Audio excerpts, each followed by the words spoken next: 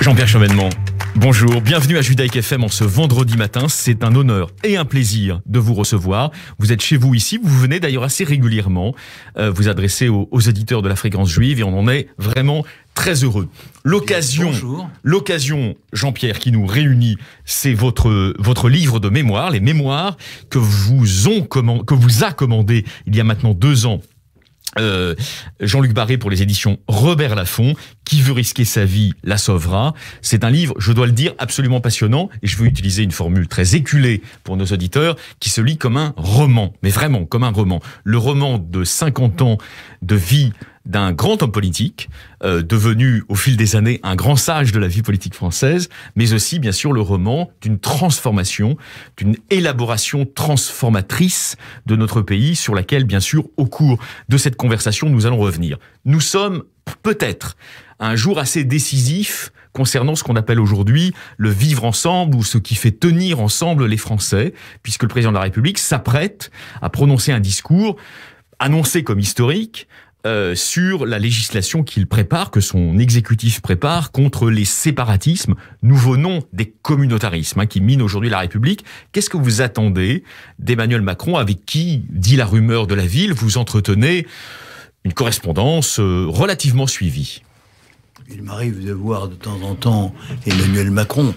Cela dit, c'est lui le président de la République et il décide en fonction de ce qu'il estime être l'intérêt du pays. Jean-Pierre Chevènement, il a le droit d'avoir des interlocuteurs, de toute façon, de prendre des avis, et on sait qu'il avait dans sa jeunesse une dilection pour Jean-Pierre Chevènement. Visiblement, il l'a pas totalement perdu. Disons que cela a créé des liens. Maintenant, je m'interdis toute prétention d'influer en quoi que ce soit sur les choix du président de la République. Ce sont les siens, et ce qu'il fait dans l'intérêt du pays, du moins. Je m'efforce d'y contribuer pour ma très modeste part, en continuant à m'exprimer comme je le fais. Alors, on va y revenir parce que c'est un des fils rouges de votre livre, Qui veut risquer sa vie la sauvera, les mémoires que vous a commandé Jean-Luc Barré. C'est un livre absolument passionnant. On va l'évoquer tout au long de cette conversation. À un moment, dans votre ouvrage, vous évoquez le retournement du monde, cette espèce de grand déménagement, pour parler comme Jean-Luc Mélenchon. Qu'est-ce qui s'est passé? À quel moment, en quelque sorte, la souveraineté nationale a été dépassée par un mouvement brownien qui est celui du néo-capitalisme contemporain? Eh bien, le néolibéralisme, on le voyait venir depuis déjà quelque temps. Madame Thatcher en Grande-Bretagne, Monsieur Reagan aux États-Unis. En Europe, ça a pris une forme relativement dissimulée. C'est l'acte unique, le marché unique, la suppression de tous les obstacles à tous les échanges, y compris de capitaux, ce qui évidemment favorisait les délocalisations industrielles au bénéfice des pays à très bas coûts salariaux. Et puis l'accrochage à une monnaie unique qui a représenté pour la France l'accrochage à une monnaie plus forte que celle qui lui aurait permis de rester compétitif. Tout cela s'est traduit par une désindustrialisation. Voilà. Alors, je ne vais pas épiloguer sur les résultats, vous racontez, mais le grand basculement du monde est plus général. C'est cet effondrement de l'Union soviétique qu'on voit venir d'abord à travers la réunification de l'Allemagne, puis l'élargissement de l'Union européenne à l'Est, et enfin l'implosion du communisme qui, avec le recul du temps, va apparaître comme une transition vers le capitalisme. C'est plus du tout le stade ultime de l'histoire tel que Marx l'avait décrit. Alors, le patron du CRS que vous étiez, mais que vous êtes toujours de cœur, puisque le CRS a beaucoup pesé sur les destinées de la gauche française, en dissidence, mais après tout la dissidence compte aussi, s'est alarmé, le premier, et très tôt dans l'entourage de François Mitterrand, dont vous étiez un proche, voire un intime, de ce tournant, on va dire, libéral, pour employer un mot un peu générique, c'est-à-dire de cette préférence française pour les services au détriment des industries. D'ailleurs, vous le documentez historiquement, les pages que vous y consacrez dans votre ouvrage sont passionnantes. Il y avait un axe en faveur des services, Mauroy, Rocard, tout ça vous le racontez. Pour les férus d'histoire politique, ça va les passionner.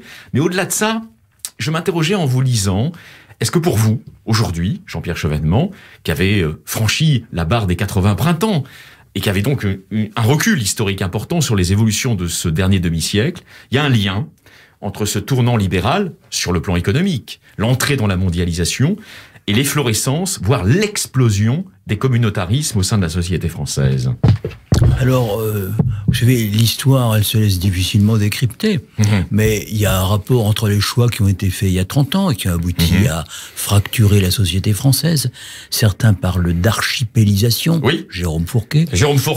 Et puis un certain nombre de géographes qui décrivent aujourd'hui le fait qu'on aurait, selon eux, un territoire à 3 vitesses, c'est-à-dire les centres-villes, les banlieues, et la France dite périphérique, c'est-à-dire celle des campagnes ou des zones semi-rurales. Et les déserts ruraux, qui en sont encore une 4e. Non, il y a beaucoup plus qu'une France à 3 vitesses. Et la France est à beaucoup de vitesses maintenant. Il y a beaucoup d'inégalités, et on les voyait venir, et on pouvait sans doute imaginer de maintenir un cadre d'orientation à long terme de la société française pour éviter qu'elle se dissolve, qu'elle se pulvérise à la remorque d'un hyper-individualisme qui sape effectivement les solidarités fondamentales. Alors, la République peut-elle résister à cette vague du néolibéralisme qui culmine aujourd'hui avec la crise du Covid? Peut-elle survivre à l'emprise de la peur? Peut-elle montrer sa capacité de résilience? C'est ce que il faut essayer de faire, mais il est tard pour réagir. Disons qu'il y a quand même maintenant des plans de relance. Il y a la volonté de relocaliser, ou en tout cas de réindustrialiser nos pays. Ça va prendre du temps, et nous voyons tous les périls qui se sont accumulés à l'horizon, non seulement le terrorisme, le djihadisme, l'islamisme, mais aussi le risque sanitaire, les risques économiques et sociaux.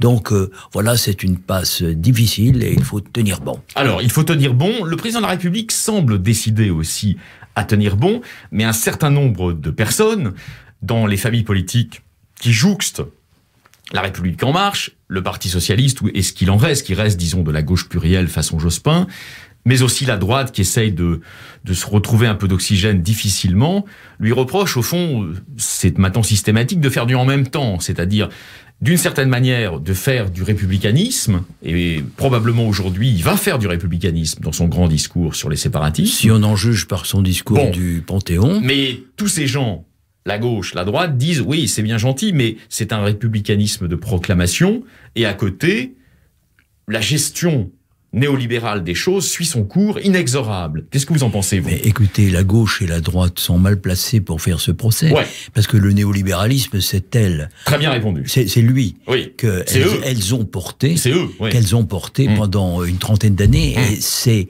la clé qui permet de comprendre la dissolution de la vie politique française. C'est que les partis dits de gouvernement, qui représentaient presque 100% de l'électorat dans les années 70-80, sont tombés à 26% aux dernières élections présidentielles. Ils étaient à 35% en 2002. Donc, c'est un phénomène... Alors, qu'est-ce qui leur est arrivé? Ils se sont affaissés dans la concession aux There is no alternative? Non, disons qu'ils ont été rejetés par l'électorat. Il y a un dégagisme extrêmement puissant, mais qui souffle depuis déjà longtemps.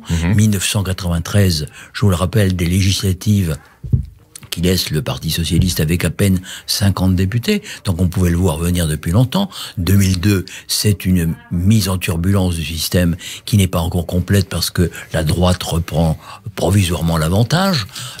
La gauche est au 36e dessous, elle ne reviendra que par effraction en 2012, et elle sera sortie en 2017, à la fois, je dirais, avec la droite, Monsieur Fillon, par Emmanuel Macron. Mais Emmanuel Macron, il profite du dégagisme. Alors aujourd'hui, ce dégagisme n'a pas cessé de souffler, il le frappe à son tour, hein, et il doit inventer des réponses nouvelles et innovantes. Hein, mais disons qu'on en a quand même pris le chemin sur le plan budgétaire. On a rompu avec les vieux dogmes maastrichtiens, tout ça. Là, on a rompu avec l'interdiction des aides d'État. Enfin, bref, on s'est engagé sur une voie nouvelle. Maintenant, il faut arriver à construire quelque chose de solide. Ce n'est pas si facile. facile. Ce n'est pas si facile. Donc vous n'êtes pas de ceux qui jetaient la pierre à l'actuel locataire de l'Élysée. Non, je ne voudrais pas contribuer si peu que ce soit à l'antimacronisme, au désarroi du pays, mais plus qu'à l'antimacronisme, parce que c'est pas un problème de macronisme ou l'antimacronisme, c'est l'intérêt de la France, c'est la survie de la République, c'est notre capacité à faire front ensemble à toutes ces menaces que je décrivais. Alors, toutes ces menaces que vous décrivez, qui sont évidemment dans vos mémoires, Qui veut risquer sa vie, la sauvera aux éditions Robert Laffont, on comprend à lire surtout les premiers chapitres de vos mémoires qui sont consacrés à l'enfance, à la jeunesse, aux années de la formation, on y reviendra. On comprend qu'au fond, dans votre vie, peut-être plus que tout autre homme politique, vous avez eu des piliers, des transcendantaux, si vous voulez, pour employer un mot de philosophe. C'est papa et c'est maman, qui étaient tous deux des instituteurs, originaires d'une région assez méconnue des Français, assez reculée, aussi une région montagnarde qui est le Haut-Doubs. On en dira un mot que Gustave Courbet a d'ailleurs immortalisé, le peintre Gustave Courbet. C'est plutôt l'Alou. Ouais. Mais tout ça se ressemble avec des falaises calcaires. C'est mon pays d'origine. Mais vous avez tout à fait raison de le souligner. J'ai été élevé à l'école des principes républicains. Alors, ce qui est intéressant, c'est là-dessus que je voulais attirer votre attention. C'est que quand on vous lit attentivement, on se rend compte, alors évidemment, du rôle très important qu'a joué votre mère, qui était une femme à la fois laïque, mais pénétrée de valeurs religieuses. Et ça, justement, c'est intéressant. C'est-à-dire que vous restituez, au fond, au travers de l'itinéraire de vos parents, que vous évoquez à Sceaux et à Gambade, mais vous restituez au fond sur ce qu'était la Troisième République. Vous naissez à la fin de la Troisième République, mais vous en êtes un héritier direct.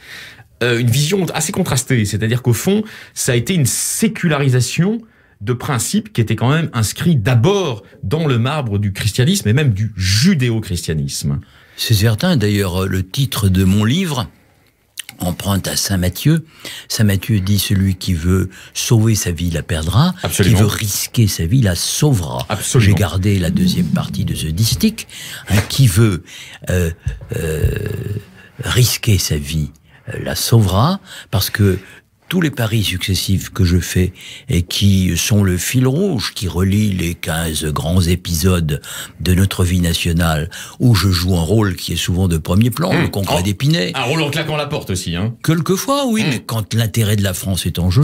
C'est un Saint Matthieu colérique que vous incarnez. Non, je n'ai jamais cédé enfin, j'ai été en colère parce que à certains moments, j'ai jugé que les dirigeants de la France bafouaient l'intérêt national, l'intérêt du pays à long terme. Donc j'ai claqué la porte.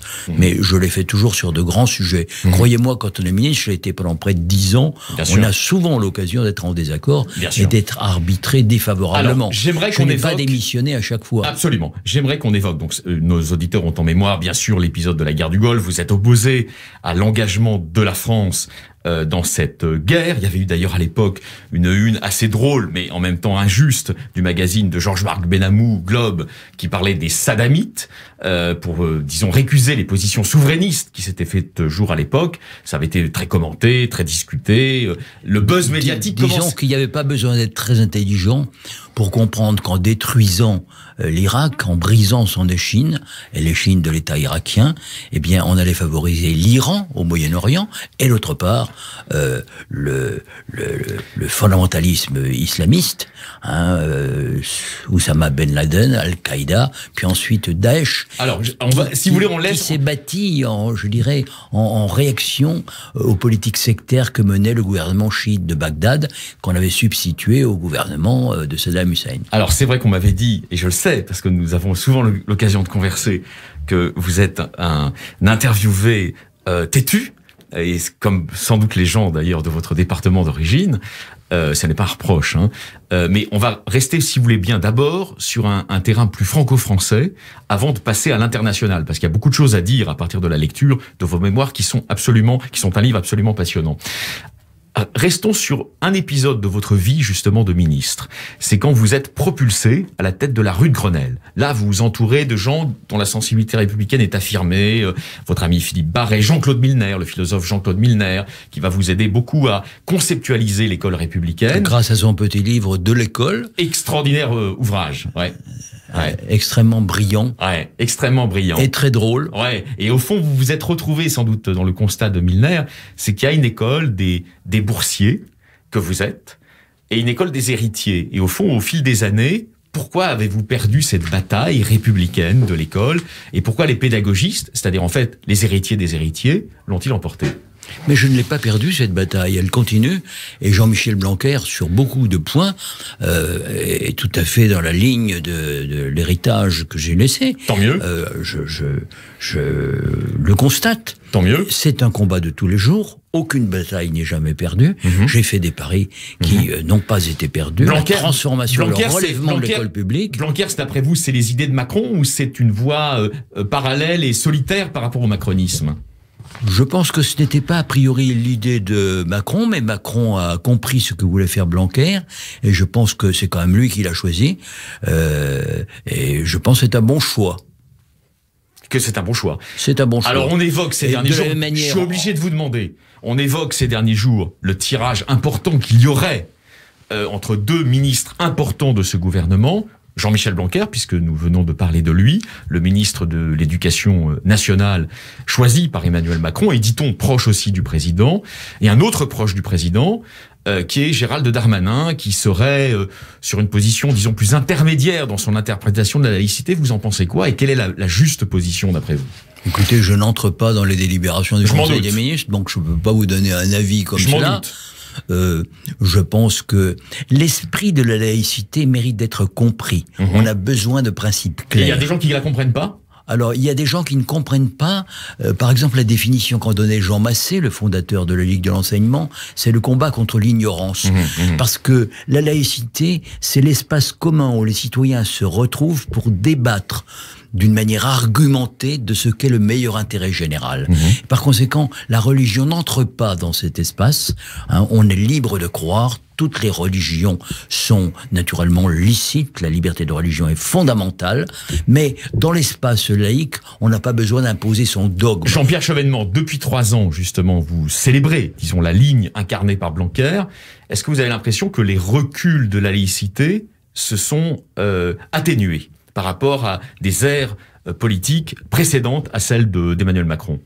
Elles se sont atténuées. Par exemple, vous vous souvenez qu'en 1989, il y a eu l'affaire du voile à Creil, et licence avait été laissée au chef d'établissement de dire quand il fallait l'interdire ou pas. C'était une lourde responsabilité qu'on faisait peser sur leurs épaules. Et il a fallu attendre, je crois, 2004 pour faire voter la loi sur l'interdiction des signes ostentatoires d'appartenance religieuse. À l'initiative de la droite chiracienne à l'époque. À l'initiative de Bernard Stasi, que je ne classerai pas tout à fait à droite. Voilà, mais qui avait emporté la décision de Chirac après ses hésitations. Les socialistes eux-mêmes avaient évolué et s'étaient ralliés, si je me souviens bien, à cette position. Qui avait fait consensus à l'époque. Alors, vous l'évoquiez, on va passer, si vous voulez, au volet plus international de votre engagement, qui est restitué dans ces mémoires qui sont absolument passionnants. Qui veut risquer sa vie la sauvera. Un mot justement sur la voix de la France. Vous êtes l'un de ceux qui déploraient souvent son affaiblissement. Question très générique, puis après on va rentrer dans les détails de la relation de la France avec la Méditerranée, et notamment le sud méditerranéen, puisque c'est un des enjeux très importants d'aujourd'hui. Est-ce que vous avez l'impression que depuis que Macron est à l'Élysée, la France retrouve plus de voix à l'international ? Le président est très actif à l'international. Il a pris des initiatives qui ont marqué, en particulier l'ouverture d'un processus de dialogue avec la Russie. Justement. Alors au début, on disait, beaucoup de commentateurs politiques disaient, oh là, Macron, il va totalement à l'encontre de la ligne qui avait été appliquée précédemment, notamment par François Hollande, mais aussi par Nicolas Sarkozy, qui était, s'il faut employer un mot de la diplomatie, qui était la ligne néoconservatrice. Est-ce que vous pensez qu'il a persisté dans cette ligne-là, c'est-à-dire je parle aux Russes, je parle aux Iraniens, ou il a mis un peu d'eau atlantiste dans son vin au fil des mois? Disons qu'il a rompu officiellement avec ce qu'était l'orientation néoconservatrice. Dans les faits, c'est moins sensible, par exemple, parce que en Syrie, nous n'avons pas tiré toutes les conséquences. Alors, en Libye, c'est difficile. Disons que l'orientation prise au moment de la guerre du Golfe, qui a consisté à soutenir les tendances les plus régressives, a été malheureusement trop souvent maintenu. Alors qu'il faudrait essayer d'appuyer dans le monde arabo-musulman, dans le monde arabe en tout cas, les tendances les plus progressistes, les tendances qui nous permettraient d'avoir un vrai dialogue, une vraie coopération. Justement, Jean-Pierre Chevènement, avec tous ces pays qui sont nos voisins. Vous n'avez jamais ménagé votre amitié à l'État d'Israël. Vous n'avez non plus jamais ménagé d'ailleurs un certain franc-parler à l'endroit de ses dirigeants. Mais en tout cas pour vous, la sécurité d'Israël a toujours été non négociable. Aujourd'hui, une partie du monde arabe, sunnite, semble évoluer à grande vitesse. Il y a peut-être des réformes internes de ces sociétés, d'où d'ailleurs les accords d'Abraham qui ont été signés avec 2 États du Golfe. Est-ce que vous avez le sentiment que le moment est venu pour la France, dans ce contexte global, de tendre une main désormais plus ferme au sud méditerranéen et notamment, bien sûr, à son espace d'influence privilégié qu'est le Maghreb? Je suis très attentif à tout ce qui touche la sécurité d'Israël, qui fait partie de nos obligations morales historiques. Mais j'ai bien connu Yitzhak Rabin. Yitzhak Rabin, oui. Yitzhak Rabin, et je pense qu'il y avait une relation de mutuelle estime. Je regrette malheureusement non seulement son assassinat, mais le cours qu'a prise ensuite la politique israélienne, parce que je pense que la solution à 2 États était la bonne. Je pense qu'elle est toujours la bonne, parce que un État unique qui mixerait les Palestiniens et les Israéliens, ou plus exactement les Israéliens d'origine juive, ça ne serait pas tenable sur la longue durée. Donc je pense que l'intérêt d'Israël, l'intérêt de l'humanité dans son ensemble, c'est de revenir à une solution à 2 États. Ce qu'on appelle la paix de compromis depuis les années Clinton. Alors, ça, le message est passé. Ce sont vos bémols peut-être par rapport aux stratégies actuelles de l'État d'Israël. Quoique, ne préjugeons pas de l'avenir, Benyamin Netanyahou n'a peut-être pas renoncé non plus à la solution à 2 États. Mais un mot quand même sur le Maghreb, parce que vous n'avez pas répondu. Le président de la République semble, depuis le début de son mandat, être très obsédé, voire très inquiété par les fractures mémorielles qui parcourent la société française. D'où son vœu de tendre une main de réconciliation officielle avec les Algériens. Il a d'ailleurs mandaté un historien connu qu'il fréquente, Benjamin Stora, de lui rendre la semaine prochaine une mission sur la réconciliation future des 2 pays. C'est la bonne ligne pour vous? C'est important, ça? Écoutez, la guerre d'Algérie est quand même terminée depuis plus de 50 ans, et je pense que la réconciliation était le programme de la France, en tout cas sous le général de Gaulle. Elle devrait continuer de l'être. L'ambassadeur... Jusqu'à maintenant, ça a toujours échoué. Qu'Emmanuel Macron a nommé à Alger est mon ancien conseiller diplomatique, c'est François Gouillette. C'est vous qui lui avez conseillé? Oh, je ne lui ai pas conseillé, encore une fois, c'est au président de prendre ses décisions. Mais disons que il s'efforcera certainement d'être le trait d'union que j'ai été comme président de France-Algérie pendant 8 ans. Nous devons partager notre destin, c'est l'intérêt mutuel. Ça peut marcher, donc vous pensez à la réconciliation là? Ça peut marcher si les Algériens aussi évoluent sur la conception de la citoyenneté et s'ils ne s'enferment pas dans un nationalisme ethno-culturel. Et nous-mêmes, nous avons aussi à lutter contre nos lobbies de mémoire qui veulent empêcher toute discussion franche et honnête, reconnaissant le passé avec toutes ses ombres. Voilà. Alors là, mais aussi avec ses lumières. Clin d'œil adressé à une partie, disons, de la droite, qui est qualifiée par Benjamin Stora de sudiste, c'est-à-dire des gens qui maintiennent vivante une mémoire de la guerre d'Algérie, qui fait sans doute obstacle aujourd'hui à une authentique réconciliation avec les Algériens. Mais nous devons dépasser tout cela parce que en 132 ans de présence française en Algérie, il y a quand même eu des amitiés qui se sont nouées, il y a eu une histoire qu'on connaît mal, et je pense qu'il faut redonner à toute cette histoire sa profondeur, en sachant que l'Algérie, depuis la dynastie des Sévères sous l'Empire romain, ça dure depuis 2000 ans. Bien sûr. Jean-Pierre Chevènement, un mot encore, vous êtes sur la fréquence juive, beaucoup de gens vont vous entendre et ensuite podcaster cette émission. L'antisémitisme, il doit être au cœur du discours de Macron tout à l'heure? L'antisémitisme est à bannir de notre univers mental. Je dirais que rien n'est plus contraire à la devise républicaine. Toute notre histoire est une républicaine, est une lutte contre l'antisémitisme. Et aujourd'hui, nous devons tarir les sources de l'antisémitisme. Plus jamais. Plus jamais. Et certaines sont dans le monde arabo-musulman. Et c'est pour cela que j'ai fait l'intervention que j'ai faite tout à l'heure à votre micro, parce que c'est un devoir que nous avons vis-à-vis de l'avenir de préparer les voies d'une réconciliation en profondeur entre les Juifs et les Arabes. Et je m'y suis attaché comme président que j'ai été à un moment de la Fondation de l'Islam de France, qui est une fondation culturelle, je tiens bien à le préciser, et laïque, c'est de montrer que entre les Juifs et les musulmans, il y a eu tout au long de l'histoire des épisodes de très bonne entente et que nous ne sommes pas voués au malheur. Merci infiniment pour ces paroles, à la fois de fermeté et aussi d'espérance.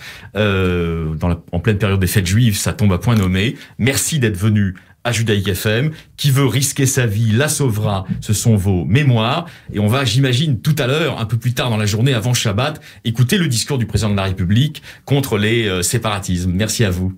Merci Alexis.